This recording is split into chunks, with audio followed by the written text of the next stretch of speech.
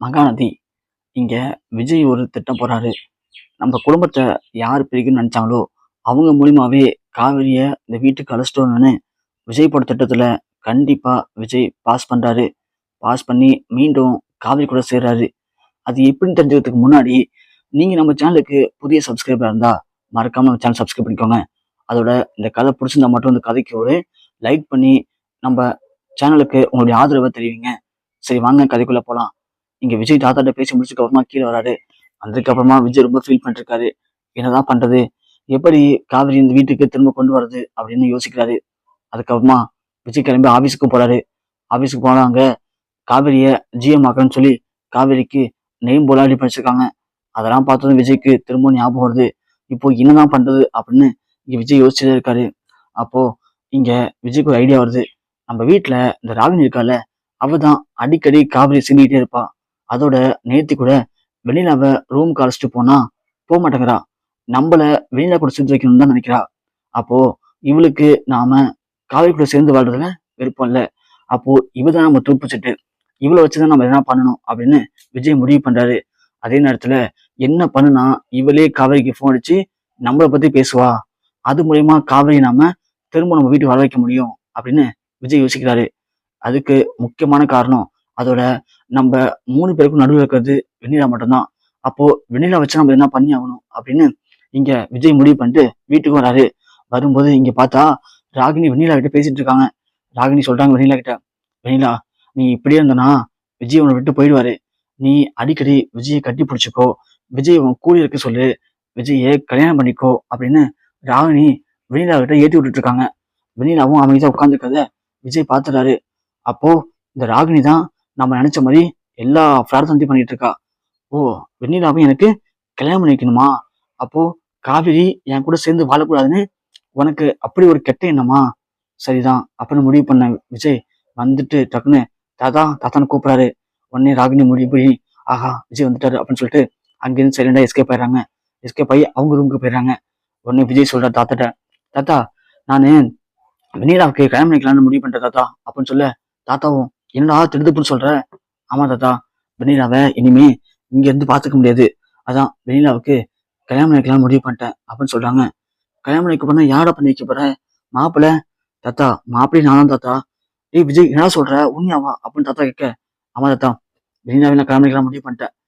வர முகூர்த்தத்துல வெண்ணிலாவுக்கு எனக்கு கல்யாணம் நாளைக்கே தான் அப்படின்னு சொல்றாங்க. டேய், என்னடா உன் விபத்து பேசிட்டு இருக்க? அப்ப காவிரியோட வாழ்க்கை? காவிரி தான் விட்டு போயிட்டாரு தாத்தா, இனிமே அவன் எனக்கு தேவையில்லை.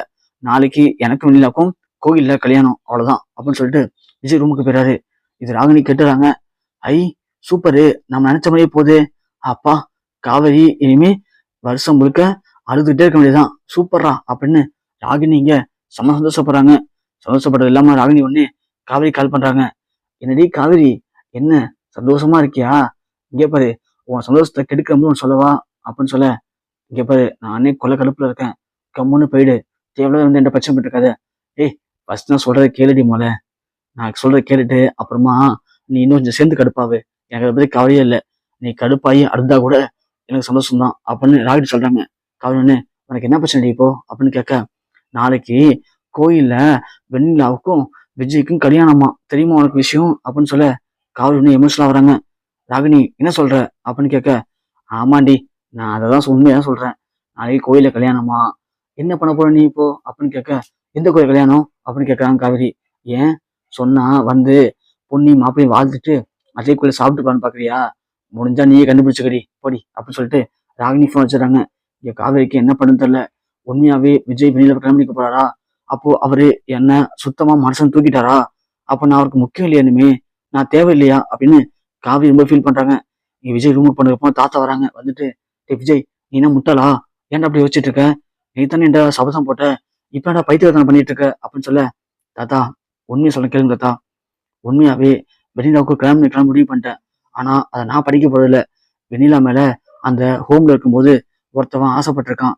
அந்த ஹோமுக்கு டொனேஷனுக்கு வரும்போது ஒருத்தவன் வெண்ணிலாவை பார்த்து வெண்ணிலாவை கல்யாணம் பண்ணிக்கணும்னு ஆசைப்பட்டிருக்கான். ஆனா வெண்ணிலாவுக்கு சொந்தக்காரங்க யாருமே இல்லை. வெண்ணிலாவுக்கும் சுயநலம் திரும்புன்னு சொல்லிட்டு அவங்க அந்த கல்யாணத்துக்கு ஒத்துக்கல. அது விஷயமா நான் இன்னைக்குதான் போயிட்டு ஆசிரமத்துல பேசினேன். அப்படி நம்பரும் வாங்கினேன். அவனும் சம்மதிச்சிட்டான். அவனுக்குன்னு சொல்றதுக்கு யாருமே இல்லை, தனிதான் அவன். அவன் பிசினஸ் பண்ணிட்டு இருக்கான். நல்ல பையன் தான், விசாரிச்சுட்டேன். அதனால நாளைக்கு அவனுக்கும் வெண்ணிலாவுக்கும் கோயில வச்சு கிளம்பலான்னு முடிவு பண்ணிட்டேன். அப்ப ஏன்டா விஜய் உனக்குன்னு சொன்னேன்? இல்ல தாத்தா, நம்ம வீட்டுல ஒரு கெட்ட வைப்ரேஷன் இருக்கு. அதுதான் அந்த ராகினி. அந்த ராகினி நான் வரும்போது வெண்ணிலாவ என்னோட கல்யாணம் பண்ணிக்கணும்னு சொல்லி வெண்ணிலா கிட்ட பேசிட்டு இருக்கா. அவ அடிக்கடி காவிரி கிட்டையும் என்னை பத்தி தேவையில்லாத பிரச்சனை பண்ணிட்டு இருந்திருக்கா. அது எனக்கு நல்லாவே தெரியும்.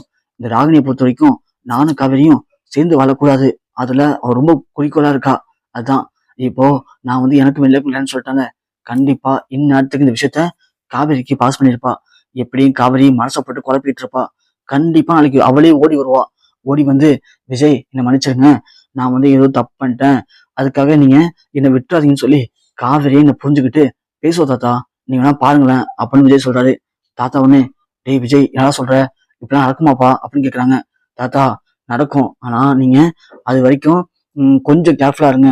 இந்த விஷயம் மட்டும் ராகினிக்கு தெரியவே கூடாது. ராகினியை பொறுத்த வரைக்கும் மாப்பிள்ளை நான் தான் நினைச்சுக்கணும். அப்பதான் அவளே காவிரியை கடுப்பேத்தி டென்ஷன் ஆக்கி கண்டிப்பா கோயிலுக்கு வர வைப்பா. அப்படி கோயிலுக்கு மட்டும் காவிரி வந்துட்டானா அவளே மனசு மாதிரி நாம கூட வந்துருவா தாத்தா. அதுக்கு முன்னாடி அவ உங்களுக்கு ஃபோன் பண்ணவும் வாய்ப்பு இருக்கு. அப்படி காவிரி உங்களுக்கு ஃபோன் பண்ணாலும், ஆமாமா விஜய் அப்படிதான் சொல்றான், நாங்க எவ்வளவு சொன்னாலும் கேட்க மாட்டான், நீ பேசுமான்னு மட்டும் சொல்லுங்க, மீதி நான் பாத்துங்க தாத்தா அப்படின்னு விஜய் சொல்லிடுறாரு. இங்க தாத்தாவும் சரிடா ஏதோ சொல்ற அப்படின்னு சொல்லிட்டு அவரும் அமைதியா போயிடுறாங்க. இங்க நினைச்ச மாதிரியே அடுத்த நாள் காலையில விஜய் ராகினி அழைச்சுக்கிட்டு, சாரி வெண்ணிலாவை அழைச்சுக்கிட்டு தாத்தா பாட்டெல்லாம் அழைச்சிட்டு கோயிலுக்கு போறாங்க.